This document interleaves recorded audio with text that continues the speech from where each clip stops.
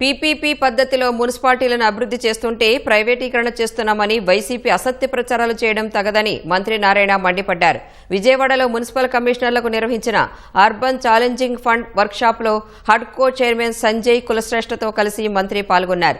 నిధుల సేకరణ, వినియోగం, ప్రాజెక్టుల రూపకల్పన, కేంద్రం ద్వారా వచ్చే నిధులు పొందేందుకు ఉన్న అవకాశాలపై మున్సిపల్ కమిషనర్లకు అవగాహన కల్పించారు. కేంద్ర ప్రభుత్వం యూసీఎఫ్ ఫండ్ అని ఒక 4 లక్షల కోట్లతో ఒక ఫండ్ పెట్టి అందులో 1,00,000 కోట్లు వాళ్ళు ఇచ్చేటట్టుగా దేశం మొత్తంలోని మున్సిపాలిటీస్కి ఆ పాపులేషన్ బేస్లో మిగతా 3 లక్షలు మున్సిపాలిటీస్ లోన్స్ ద్వారా కానీ రాష్ట్ర ప్రభుత్వాలు పెట్టే ద్వారా కానీ ఏర్పాటు చేశారు.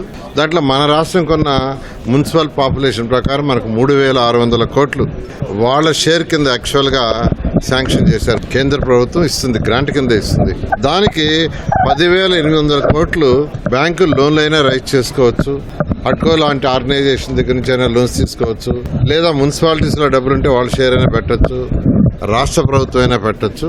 దాదాపు మన రాష్ట్రంలో ఈరోజు more than 20,000 crores already urban ఇన్ఫ్రాస్ట్రక్చర్తో స్టార్ట్ చేసాం.